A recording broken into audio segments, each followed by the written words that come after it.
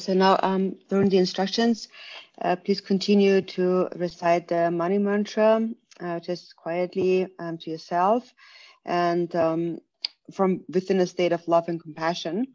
And then I will do the best to teach you and then listen to the teachings, and with your speech you recite the mantra, and with your mind you sustain love and compassion. So yesterday we spoke of the immeasurable love of the four immeasurables, and today we continue with immeasurable compassion. And so love and compassion, they always occur in our aspirations. So we say, may beings have happiness and the causes of happiness. So the wish for others' happiness is love. And compassion is to wish for all beings to be free from suffering. So there's this prayer that we always recite that's related to the four immeasurables. May all beings have happiness and the causes of happiness, and may they be free from suffering and the causes of suffering. So that wish for them to be free from suffering is compassion, which we will talk about today. And so the cause, when we cultivate compassion, then the cause of suffering, which are all the non-virtuous actions. So we are really praying, may beings be free from the cause of suffering. May they be free from all non-virtuous action. So this is what I will talk about today.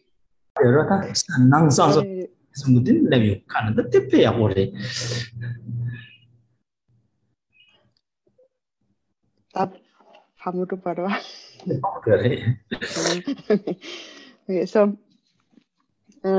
so compassion is extremely important, because if you don't have compassion, then you basically don't have the root of the Holy Dharma. And the 84,000 different Dharma teachings, they all really have their root in compassion.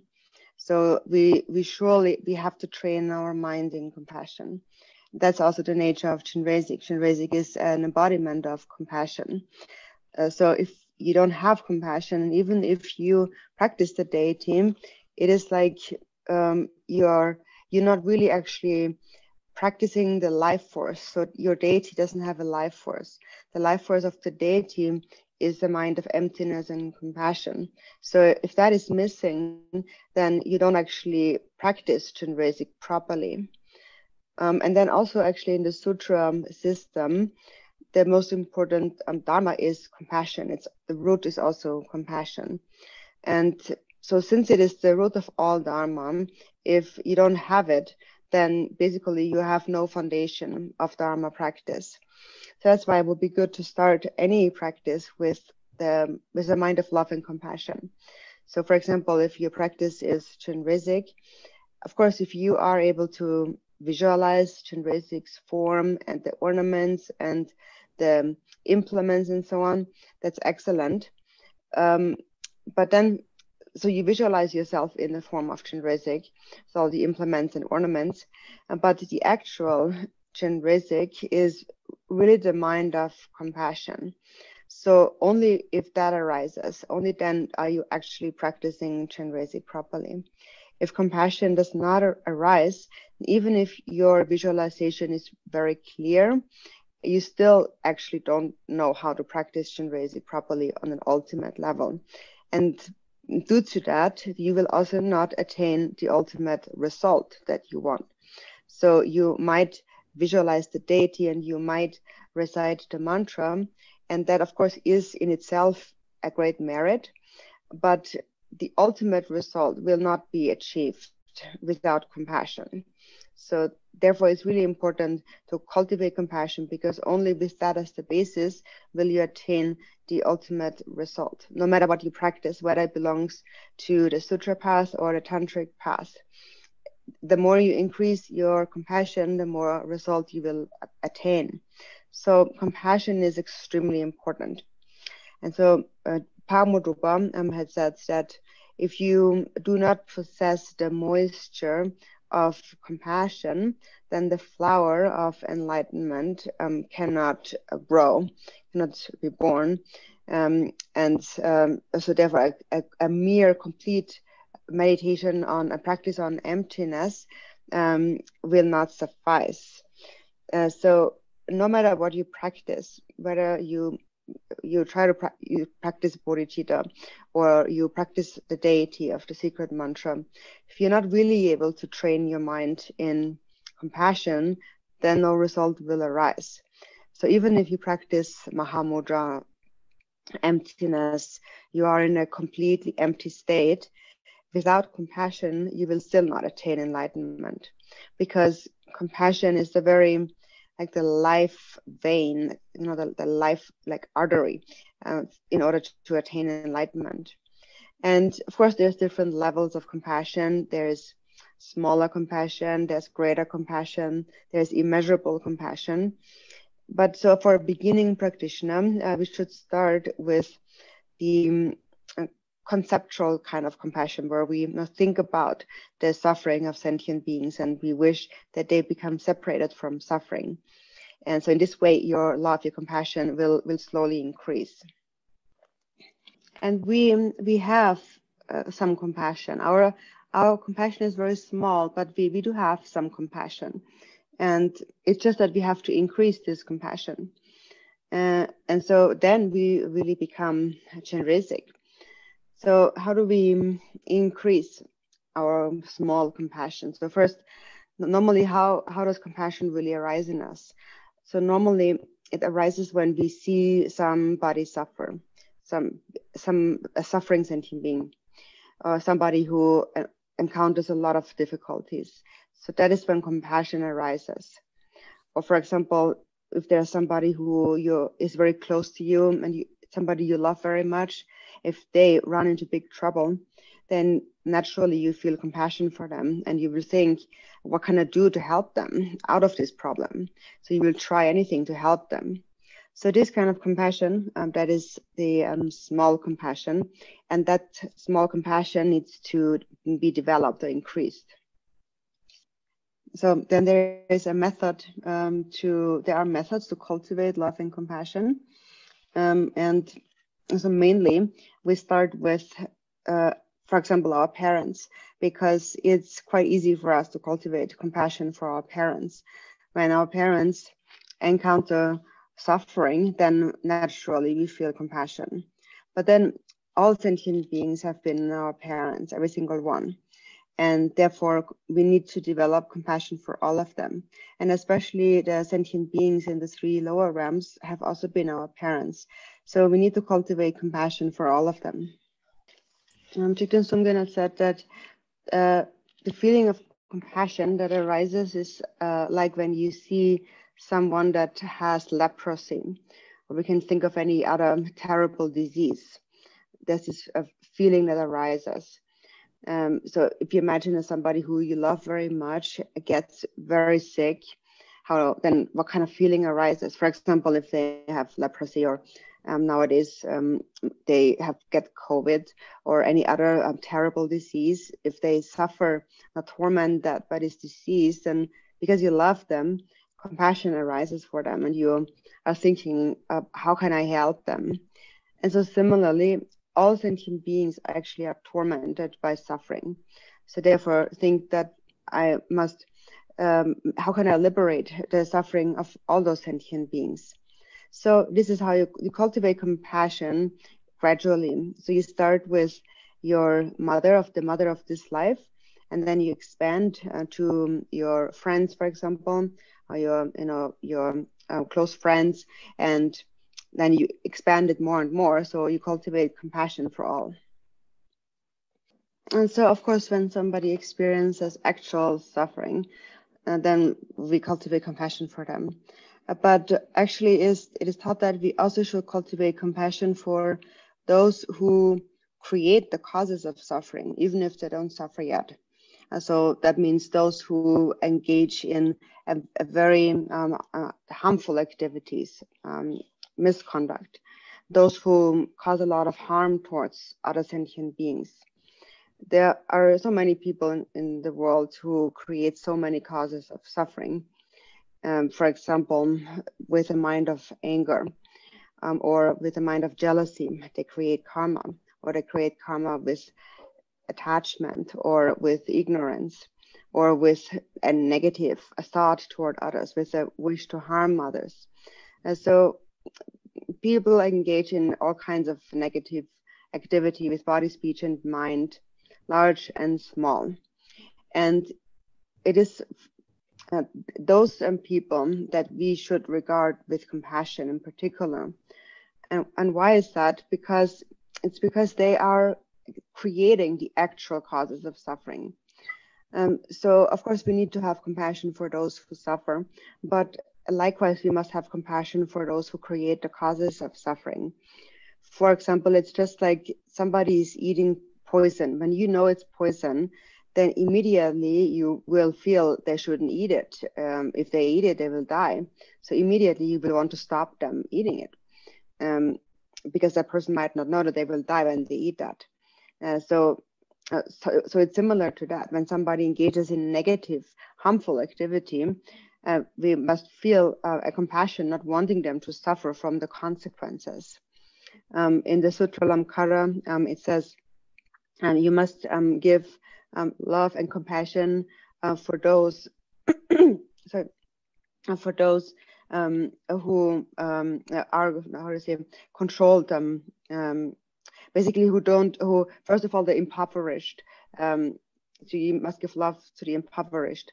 Then you must give love to those who harm others. And then you must give love to those who are whose mind is disturbed. And then you must give love to those who are unmindful. And then love to those who have no self-control, have no freedom.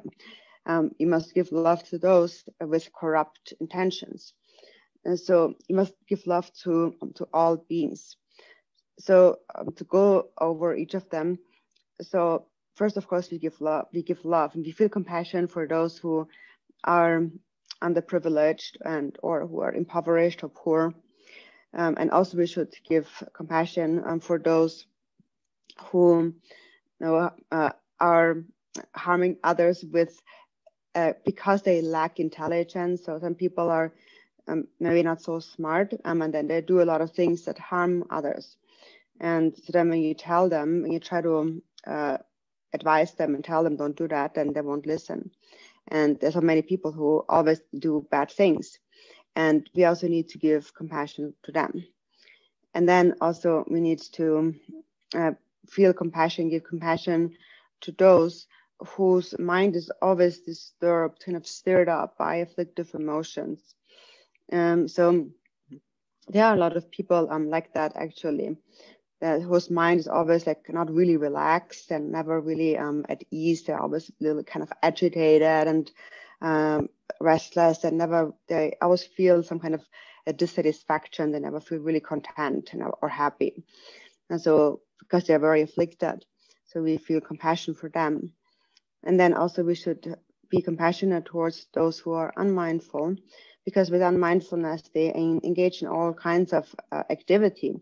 Maybe they actually want to do good things, but they just can't help themselves because they're unmindful, and then they just do things that are wrong anyways. We can see there's often people who just do everything wrong, whatever you ask them to do, whatever job, they just can't get it right. And it's often also because they're not really mindful. And then there's others who just get everything completely right. And it's because they are really sharp and present, also mindful. And so because they are unmindful, some people, they always do things that are wrong. They always make mistakes, even though they actually they have no awareness of that, and they don't mean to do that. They actually want to do good, but they're unmindful. So we should feel compassion for them. And then also we should feel compassion for those who have no freedom to do good. So some people really actually want to do good, but they have no freedom. And any kind of lack of freedom is a hardship. For example, it's like being in a prison. So these people also are not able to engage in positive action, and we should feel compassion for them.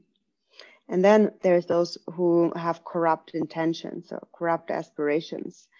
So in whatever they do, they don't do it for the right cause. So they have a corrupt intention. And we also need to feel compassion for them. So in brief, we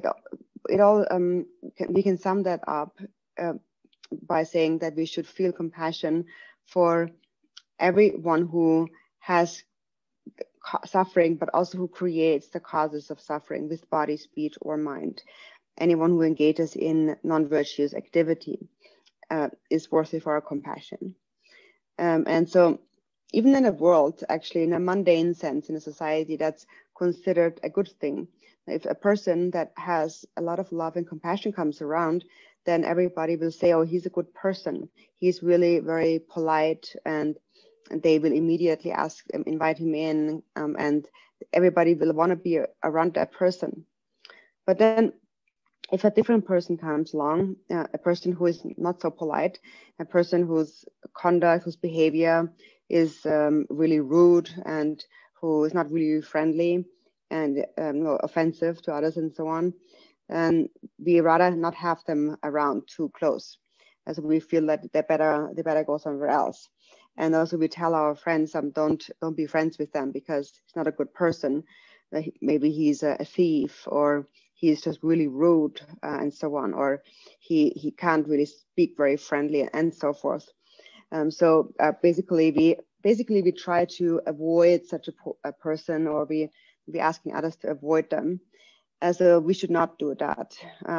Actually, that kind of person is someone who needs even more of our compassion. We need to give love and kindness to them, compassion to them. And why? Because they also want to be happy. And they also have been our parents in previous lives, because every being has been our parent. And so the fact that they're coming around shows that in a previous life, we have a very strong connection to them, a close connection, like a parent. And so now they do things that we don't really approve of, and are not very pleasant. But these are the people that we should think that this is the kind of person that I need to treat with even greater love and compassion and kindness. So if you're able to think that way, that's what we call real compassion.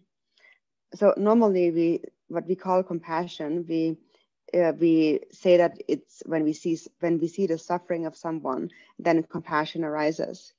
And of course that's also true. And if you feel compassion for someone who suffers, then of course that's good.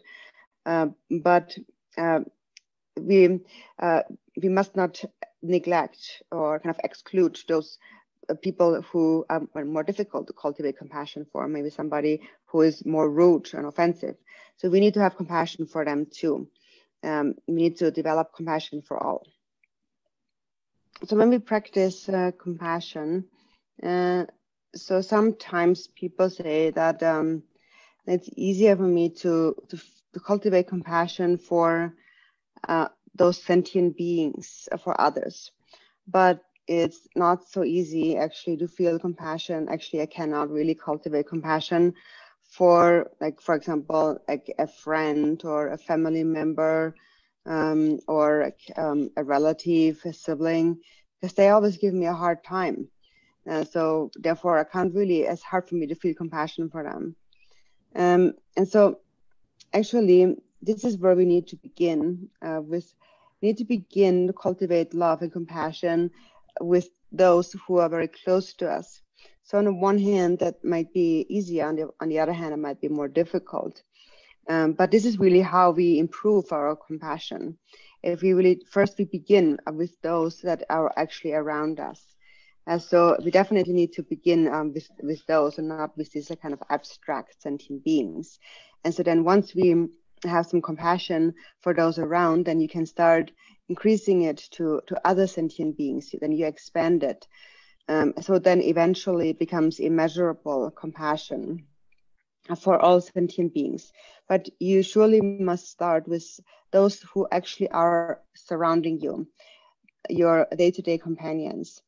Those are the ones you need to have compassion for, first and foremost.